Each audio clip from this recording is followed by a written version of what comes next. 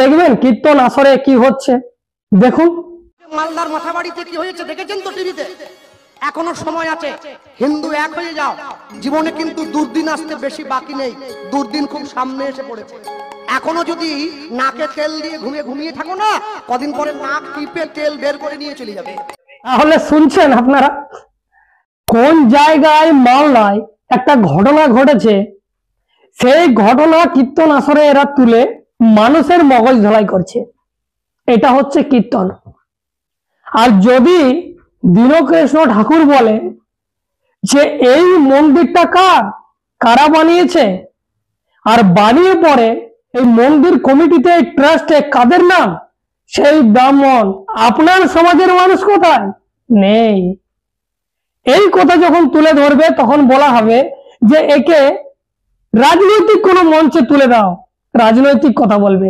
আর ইনি কি করছেন? এনাকে তো শুভেন্দু অধিকারীর সাথে যোগাযোগ করা দরকার ছিল, একে বিজেপিতে ভোট দেওয়া দরকার ছিল। এ কীর্তন আসরে কি করছে? চলে যাবে। শাস্ত্র যদি না পড়ো সংসার হারিয়ে ফেলবে, অস্ত্র যদি না ধরো দেশ হারিয়ে ফেলবে, দুটোই দরকার। চিন্তা করুন, ধর্মশাস্ত্র পড়তে বলছে, অস্ত্র ধরতে বলছে। তো তোমাদের ভগবানেরা কি করছিল? ঘাস ছিঁড়ছিল।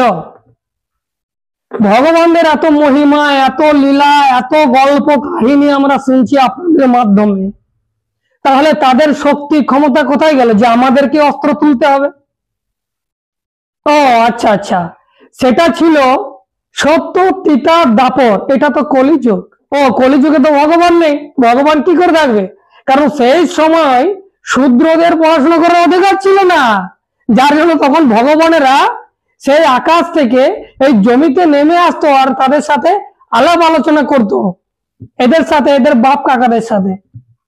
আর যখনই এই দেশে শূদ্র এসসি এসটি ওবিসিরা পড়াশোনা করতে লাগলো, তখন ভগবানেরা আর এখানে আসে না। যদি ভগবানের এখানে আসে তাহলে তো দেখে ফেলবে, আর দেখে ফেললে এদের জ্ঞান বেড়ে যাবে, আর জ্ঞান বেড়ে গেলে তো মুশকিল আছে। যার জন্য আমাদের মতো মানুষেরা যখন প্রশ্ন চিহ্ন খাড়া করছে, তখন এরা কি বলছে? শাস্ত্র পড়তে হবে, হাতে অস্ত্র ধরতে হবে। তাহলে ভগবানেরা কি করছে? প্রশ্ন খাড়া করলেই গায়ে ফসকা পড়ে যাচ্ছে। যদি অলৌকিক ক্ষমতা থাকে তাহলে সেই ভগবানেরা কেন পারলো না, যারা সেই মালদার মোথাবাড়ি না কি জায়গার নাম, সেখানে দুষ্কৃতীদের দমন করতে? যে কোনো জায়গায় ধর্মীয় উস্কানিতে যদি দাঙ্গা হয়, আর এই দেশের হিন্দু হোক আর চাই মুসলমান হোক, যাদের জীবন যাবে, এই দেশের কিন্তু অবনতি হবে, এটা জেনে রাখুন। তাই মনুষ্য ধর্মকে পালন করুন। আরো কি বলছে শুনুন। আমাকে লোকে বলে, দাদা হিন্দুদের মন্দির যে ভেঙে দিচ্ছে বিধর্মীরা, আমি কেন ভাঙবে না? হাজারবার ভাঙবে। কেন? দেবদেবীদের হাতে অস্ত্র থাকে আর ছেলে মেয়েদের হাতে মোবাইল থাকে, মন্দির তো ভাঙবে, মন্দির তো ভাঙবে। মা কালী খড়গ নিয়েছে। মা কালীকে গোটা সমাজের মায়েদের প্রতীক। প্রতিটা মায়ের মধ্যে কালী আছে। যেদিন সমাজে দুষ্টের প্রকোপ বাড়বে, তোমরা খড়গ হাতে নাও।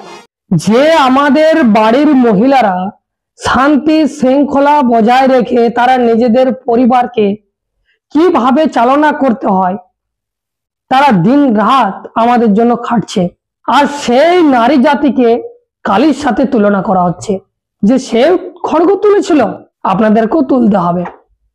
তাহলে আজকের তারিখে যদি সেই উদাহরণ দেওয়া যায়, তাহলে আপনারা ভাবুন তো, যদি আমাদের ঘরের মহিলারা অস্ত্র তুলে হাতে, আর যদি ভুলবশত কোনো কাণ্ড ঘটিয়ে ফেলে, তাহলে তাদেরকে জেলের চাকি পিষতে হবে না? ধর্মকে বাঁচাতে গিয়ে দেবতারা নেমে আসবে, মানুষকে কেন এগিয়ে যেতে হবে? তার মানে এই ধর্ম মানুষই বানায়নি তো? না, এই ধর্ম মানুষই বানিয়েছে, যার জন্য মানুষকে এগিয়ে আসতে হচ্ছে। ভগবান যদি বানাতো তাহলে ভগবান ঘ্যাচাং ফু বললেই সব হয়ে যেত, কিন্তু হয়েছে কি? কিন্তু এরা আমাদের সমাজের মানুষকে, এই যুব সমাজকে উগ্র করে তুলছে। আমাদের মহিলারা যারা শান্তি শৃঙ্খলা বজায় রেখে নিজেদের দেশকে, নিজেদের পরিবারকে কিভাবে সচল রাখা যায় তার জন্য তারা প্রতিনিয়ত নিজেদের প্রাণকে পর্যন্ত ঝুঁকি দিয়ে দিয়েছে, তাদেরকে বলছে অস্ত্র তুলে নাও। এদের কীর্তনের মাধ্যমে তো এগুলোই বোঝা যাচ্ছে। তাহলে আপনারা বলুন, এরা আসলে কীর্তন করছে নাকি এরা রাজনৈতিক নেতার মতো ভাষণ দিচ্ছে। কিন্তু এটাই যদি অন্য কীর্তনীয়রা বলে আর এই সমাজকে যদি বিজ্ঞান মনস্কতা করতে চায়, তখন কিন্তু দাগ লেগে যায় যে এটা কীর্তন আসরে হয় না, এটা কীর্তন আসর নয়, একে অন্য জায়গা পাঠিয়ে দাও। তাহলে এই কীর্তনীয় কি করছে? প্রশ্ন তো সেই জায়গায়। যদিও আমি রাজনৈতিক বিষয়ে আলোচনা করতে চাই না, না হলে এমন বহু প্রমাণ দেখিয়ে দেব যে এদের কথার চক্করে আমাদের সমাজের যারা এসসি এসটি ওবিসি যারা নিজেদেরকে হিন্দু মনে করে, তারা এই বিজেপি আরএসএস এর প্রবচনায় পা দিয়ে তারা নিজেরাই দেব দেবীদের মূর্তি ভেঙে দিচ্ছে। এমন বহু জায়গায় প্রমাণ পাওয়া গেছে, হাতে নাতে ধরা হয়েছে, শুধুমাত্র মুসলিমদেরকে টার্গেট করার জন্য। কিন্তু বিষয় তাই নয়, বিষয় হচ্ছে এই দেশের এসসি এসটি ওবিসি, আর যারা এই দেশের এসসি এসটি ওবিসিরা যারা এই ব্রাহ্মণদের অত্যাচারে, জমিদারদের অত্যাচারে পূর্বে যারা ধর্ম পরিবর্তন করে নিয়েছিল, তার মানে এক ভারতীয় আরেক ভারতীয় মানে ভাই ভাইয়ের যুদ্ধ লাগিয়ে দাও। আর মালাই কারা খাবে? না এই দেশের যারা আপার কাস্ট সমাজ তারা মালাই খাবে। তাহলে এই সমস্ত ঘটনা দেখে আপনাদের কি মনে হয়, সত্যি কি কীর্তনের নামে, ধর্মের নামে মানুষকে মগজ ধোলাই করা হচ্ছে না? সত্যি কি ভগবান বলে আদৌ কিছু রয়েছে? যাদের অলৌকিক ক্ষমতার কথা আমরা বারবার শুনে থাকি। অবশ্যই আপনারা কমেন্ট করে জানাবেন। যদি প্রথমবার ফেসবুকে দেখছেন, ফলো করে নেবেন। ইউটিউবে গিয়ে সার্চ করুন দ্য লং প্রসেস, সেখানে সাবস্ক্রাইব করে রাখুন, কারণ আমি এই ধরনের কন্টেন্ট নিয়ে আসি। এখন এই পর্যন্তই, ধন্যবাদ।